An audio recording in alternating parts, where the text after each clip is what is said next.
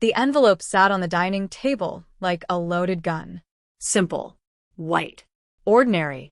My parents hadn't even bothered to hide their disappointment when they saw it. Really, Alex? An envelope. My sister Sarah's voice dripped with judgment. For their 40th anniversary? I watched Mom's face crumble just a little more. Dad didn't even look up from unwrapping Sarah's crystal vase, the kind that cost more than my monthly rent. The kind that screamed, I have money and taste, and my sibling clearly has neither. The silence in that room felt like ice water in my veins. My brother Mark cleared his throat, sliding his professionally wrapped box across the table. Here, Mom and Dad. Sarah and I went in together on something special, designer luggage. Matching set. Probably worth more than my car. Mom's smile was everything I'd hoped to see when she opened my gift. Wide. Genuine. Happy. But she was looking at leather handles and brass zippers, not at me. I'd worked 3 extra shifts at the warehouse for this moment. My back still ached from loading trucks until 2 in the morning, but I'd done it. I'd finally done something that would matter. Something that would show them I wasn't the family disappointment they'd whispered about for years. Well, Sarah's manicured finger tapped against her wine glass. Aren't you going to give them your gift? The way she said it made my teeth clench, like she was talking about a kindergartner's macaroni art. Mom reached for the envelope with the same enthusiasm she'd show for opening bills. Oh, Alex. You really didn't need to.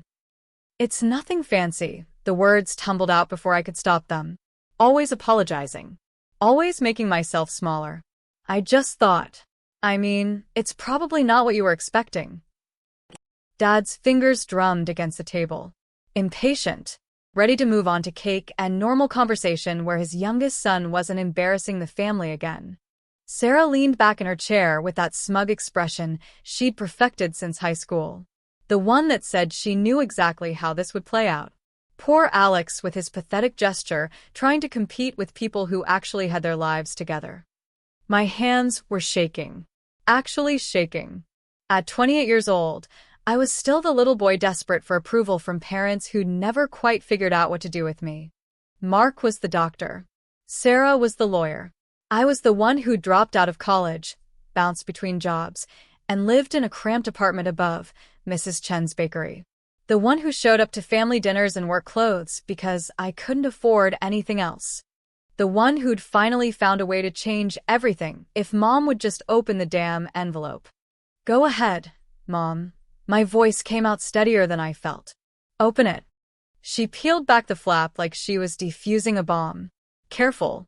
Cautious. Already bracing for disappointment. The first thing she pulled out was a photograph. Their dream house. The one they'd driven past every Sunday for 15 years, always slowing down, always commenting on the wraparound porch and the garden space and how perfect it would be for retirement. Oh, Mom's breath caught.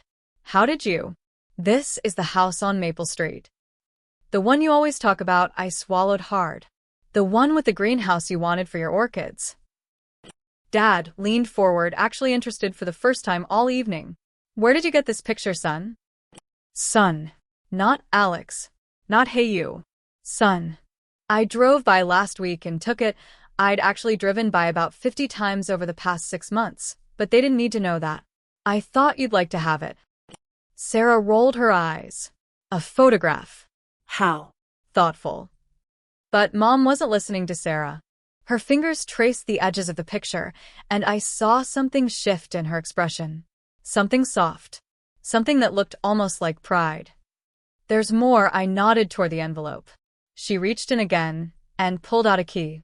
Old brass. Worn smooth. Beautiful. Alex, Dad's voice carried a warning. What is this? My heart hammered against my ribs. This was it. The moment I'd been planning for months, working for, sacrificing for. The moment that would finally prove I wasn't the family screw-up. It's the key to the house, Dad. The room went dead silent. Sarah's wine glass froze halfway to her lips. Mark's mouth actually fell open. Dad stared at me like I'd grown a second head. Mom turned the key over in her palm, not understanding. I don't. Alex, what are you saying? There's one more thing in the envelope. Her hand trembled as she reached inside. The legal documents rustled as she pulled them out. Heavy paper. Official seals. The kind of paperwork that changes lives. Property deed, Dad read over her shoulder, his voice barely above a whisper. For 1247 Maple Street. Mom's face went white. Actually white. Like she'd seen a ghost. Alex, she managed to say my name, but nothing else came out. I bought it for you. The words felt surreal leaving my mouth. The house on Maple Street. It's yours now. Both of yours. Happy anniversary. Sarah's wine glass hit the table harder than necessary. That's impossible. That house has to be worth at least 400,000. I looked directly at her. I know what it's worth, Sarah. Mark leaned forward, his doctor voice kicking in. The one he used when he thought someone might be having a mental breakdown. Alex, buddy, maybe we should slow down here. Houses don't just. I've been working with a real estate agent for 6 months. I pulled out my phone, showed them the email chain. Mrs. Patterson has been trying to sell it quietly. Her husband died 2 years ago and she couldn't maintain it. She wanted it to go to a family who would love it. Dad was reading the deed now, line by line. His hands shook as he turned the pages. This is real. This is actually real. How? Mom's voice cracked. Alex, how could you possibly afford? The question I'd been dreading. The one that would reveal just how far I'd gone to make this happen. How many nights I'd worked double shifts. How I'd sold my car and taken the bus for 8 months. How I'd eaten ramen noodles for dinner more times than I could count. I saved, I said simply. For 2 years, I saved everything I could. Sarah's laugh was sharp, bitter. You expect us to believe you saved $400,000 working at a warehouse. The accusation hung in the air like smoke. Even Mom and Dad were looking at me with questions in their eyes. Because Sarah was right. It didn't add up. Not for someone like me. I had help. I admitted. There it was. The truth that would unravel everything. The truth that would probably disappoint them more than the envelope ever could have. What kind of help? Dad's voice carried that familiar edge. The one that usually preceded lectures about responsibility and making smart choices. I took a deep breath.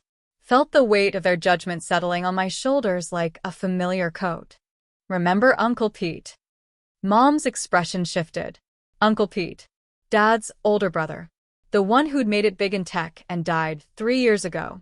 The one who'd always been kind to me when everyone else saw failure. He left me money, I continued.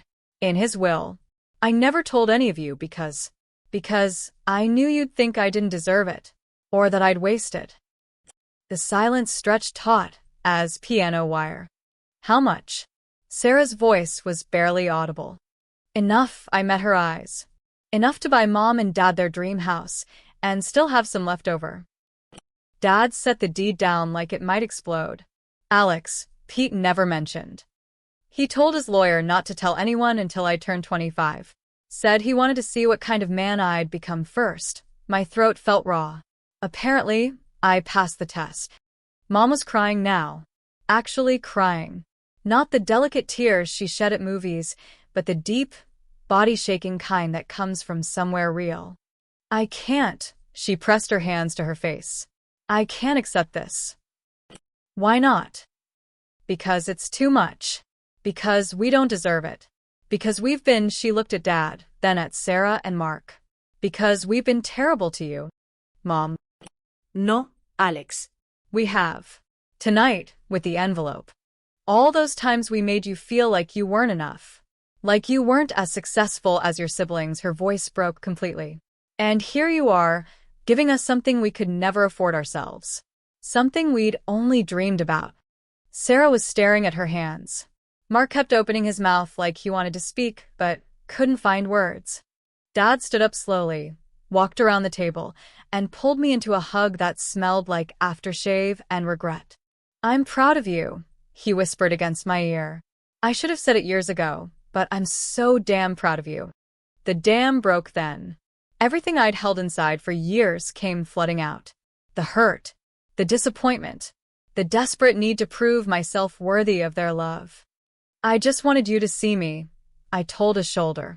Really see me, not as the one who dropped out or the one who couldn't afford nice gifts, just as your son who loves you.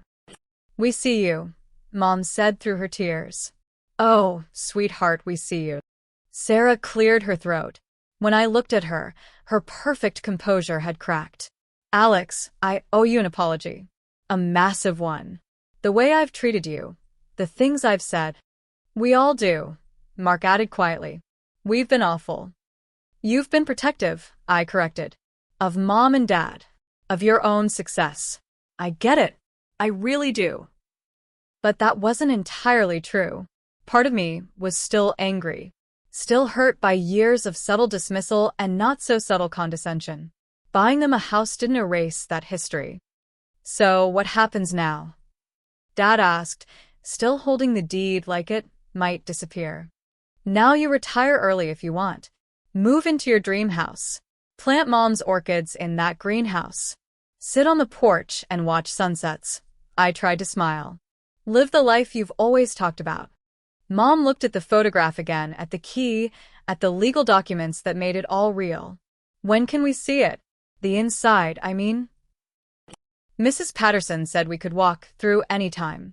She's living with her daughter now, so the house is empty. I pulled out another key, this one shiny and new. This is for the front door. I had copies made. The weight of what I'd done was finally settling in. Not just the money, though that was staggering, but the trust. I'd bought them a house without asking, without them seeing it first, betting everything on 15 years of Sunday drives and wistful conversations. What if you don't like it?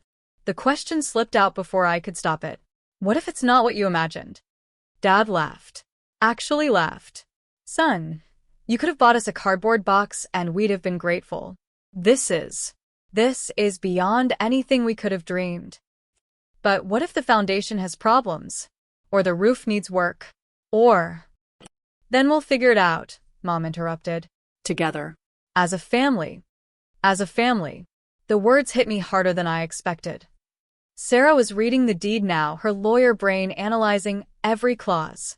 This is a clean title, she said finally. No liens, no encumbrances. Alex, this is incredibly generous, but are you sure you want to do this? This kind of money could set you up for life. I am set up for life, I replied. I have a family who loves me. Everything else is just details. It sounded good, noble, but the truth was messier. Yes, I love them. Yes, I wanted them to be happy. But I'd also wanted to prove something. To myself as much as to them. That I could be the son who came through when it mattered. Mark was doing math in his head, I could tell. Figuring out what percentage of Uncle Pete's inheritance I'd spent on this gesture. Alex, you didn't have to do this. We would have loved you without a grand gesture. Would you have? The question came out sharper than I intended, because it didn't feel that way. The room fell quiet again. Uncomfortable truth settling between us like dust. That's on us, Dad said finally. Not you. We let you think you had to earn our love instead of giving it freely. That's our failure, not yours. Mom nodded, tears starting fresh. We saw Mark saving lives and Sarah fighting for justice, and somehow we forgot that love isn't about accomplishments. It's about being there, being family. And you've always been there, Sarah added softly. When Dad had his heart attack 2 years ago, you were the one who stayed at the hospital all night. When Mom's sister died, you drove 8 hours to the funeral without being asked. We got so focused on the wrong things. The acknowledgement felt good, better than I'd expected. But it also opened old wounds I'd tried to keep buried. I need to ask you something, I said, looking at each of them. And I need honest answers. Did you really think I was a failure? Or did I just convince myself you did? The pause stretched long enough to be painful. Both, Dad admitted. We worried about your future. About whether you'd be okay, financially. But we confused our worry with disappointment, and we let you feel that. That was wrong. I used to compare you to your siblings, Mom said quietly. Not because I loved you less, but because I wanted more for you. I see now how that must have felt. Sarah shifted uncomfortably in her chair. I think I was jealous, honestly. You had this freedom to find your own path, while I felt locked into expectations. Instead of supporting you, I judged you. I'm sorry. Mark nodded. Same here. You got to be different, and that scared me. Made me think our parents loved you more, because you could be yourself. So I tried to make you feel small to make myself feel bigger. The honesty was overwhelming, painful, and healing at the same time. So where do we go from here? I asked. We start over, Mom said firmly. We move into that beautiful house and we start being the family we should have been all along. What about your current house? Dad looked around the dining room we were sitting in. 20 years of memories lived in these walls. We'll sell it. Use that money for renovations on the new place if it needs them. Or just to live comfortably in retirement. Or, I suggested, you could keep this house and rent it out. Extra income for travel, or whatever else you want to do. Sarah's eyebrows shot up. You've really thought this through. I've had 6 months to think it through. The conversation kept circling back to logistics. Square footage and property taxes and moving timelines. Safe topics. Easier than talking about the years of hurt we'd all contributed to. But Mom kept staring at that photograph. At the house with the wraparound porch and the mature oak trees and the greenhouse where she'd grow her orchids. Can we drive by tonight? She asked suddenly. I know it's dark, but I just want to see it. To know it's real. Dad checked his watch. It's almost 9 o'clock. Please, her voice held a note I hadn't heard in years. Pure excitement. Childlike wonder. I can't wait until morning. So we went. All 5 of us piled into Dad's sedan like we were teenagers sneaking out after curfew. Sarah navigated while Mark made jokes about our parents' new mortgage situation. The normalcy of it felt strange after the emotional intensity of dinner. The house looked different at night. Bigger somehow. More imposing. For a moment, doubt crept in. Had I made a terrible mistake? Was this too much house for 2 people in their 60s? But then Mom got out of the car and walked up to the front porch, key in hand. She stood there for a long moment, just looking. It's perfect, she whispered. Alex, it's absolutely perfect. She unlocked the front door, and we stepped inside. The hardwood floors creaked under our feet. Moonlight streamed through tall windows, casting everything in silver and shadow. Oh my God, Sarah breathed. The crown molding. The built-in bookshelves. Alex, this is gorgeous. We wandered through empty rooms, our footsteps echoing. The kitchen had been updated recently, all granite and stainless steel. The master suite had French doors that opened onto a private balcony. The greenhouse in the backyard was bigger than I'd realized, with automatic climate controls and raised beds ready for planting. Mrs. Patterson took good care of it, I said as we gathered in the living room. She said she hoped it would go to someone who would love it as much as she did. Dad ran his hand along the mantelpiece above the fireplace. We'll love it. We already do. When can you move in? The papers say we can take possession anytime after next Friday, Mom replied, consulting the deed. But we'll need time to pack, to organize movers. I can help, I offered. Take some vacation days from work. We'd like that, Dad said simply. Standing in that empty house with my family, I felt something shift. The angry knot I'd carried in my chest for years was loosening. Not gone completely, but softer somehow. I want to show you something else, I said, leading them to the back of the house. The previous owner's office had built-in desks along 2 walls. Perfect for Dad's woodworking plans and Mom's gardening journals. But more importantly, it had a view of the greenhouse and the garden beyond. You could see your orchids from here, I told Mom. Watch them grow while you plan your next projects. She started crying again. Happy tears this time, I hoped. How did you know? She asked. How did you know this was exactly what we wanted? Because I listened, I said simply.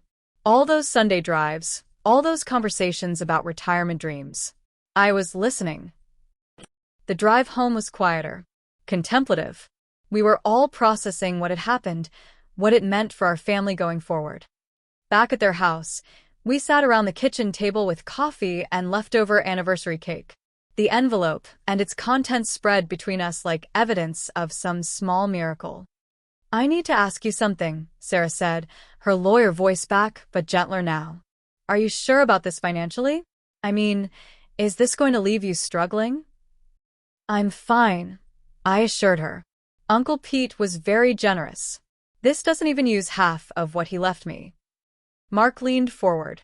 "What are you going to do with the rest?" I'd been thinking about that for months. Finish college, maybe. Always regretted dropping out. And I want to start a business. Something in construction or renovation. I'm good with my hands. "You could flip houses," Dad suggested. "Buy them, fix them up, sell them. There's good money in that if you know what you're doing." "Maybe. Or maybe I'll just help other families find their dream homes." I looked at Mom and Dad. Tonight felt pretty good. The conversation meandered after that. Plans and possibilities, and the comfortable chatter of family. But underneath it all was a current of change. We weren't the same people who'd sat down to anniversary dinner 3 hours ago. Around midnight, Sarah and Mark finally headed home to their own families. I lingered, helping Mom and Dad clean up.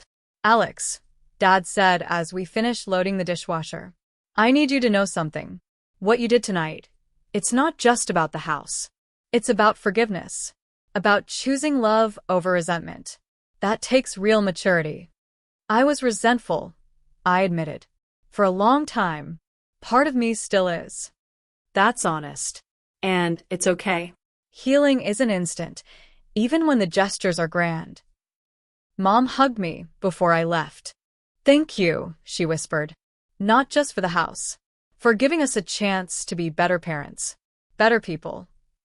The drive back to my apartment felt surreal.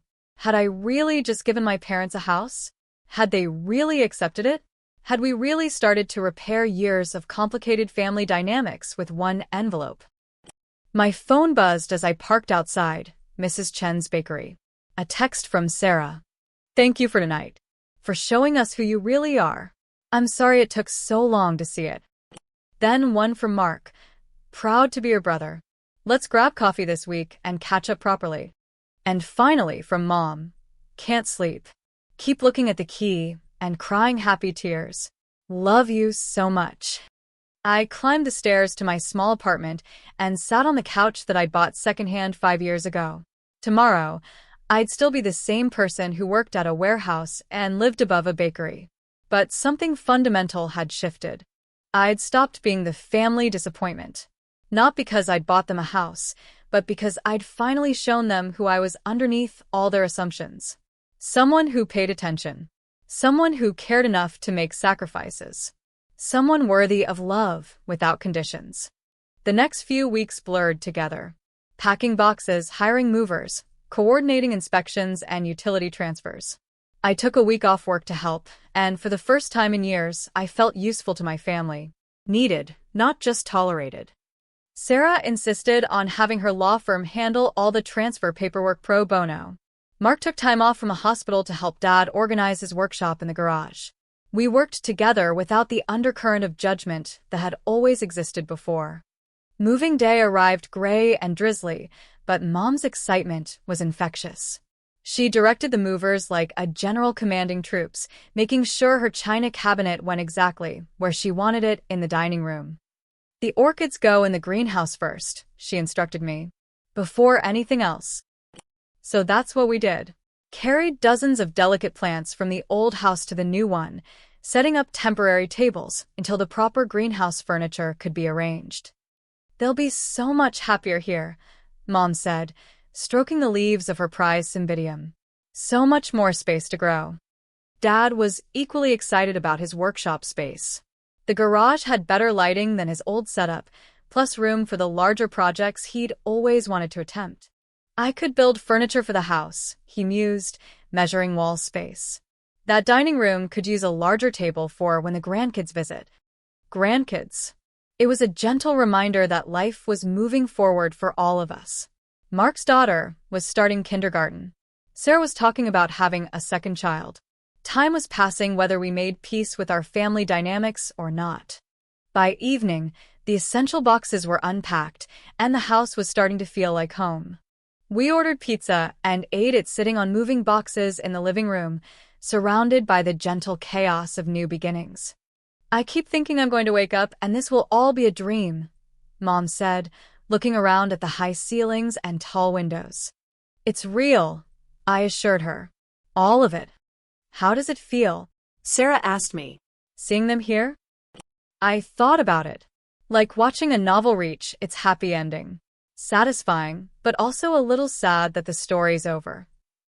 The story's not over, Dad corrected. It's just starting a new chapter.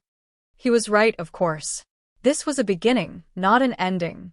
The house was just the setting for whatever came next. Over the following months, I watched my parents transform. Not just their living situation, but their whole outlook on life.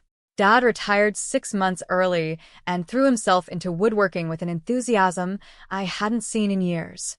Mom's orchids thrived in the new greenhouse, and she started teaching gardening classes at the local community center. They seemed younger somehow, more energetic. The dream house had given them permission to dream other dreams too. Sarah and I started having dinner together once a month. Just the two of us, working through years of sibling rivalry and misunderstanding. Mark and I played basketball on weekends, something we hadn't done since high school. The family dynamics weren't perfect. Probably never would be. But they were honest now. Real in a way they hadn't been before. I did end up going back to school, enrolling in a business program at the local community college. The plan was to start my own construction company specializing in home renovations.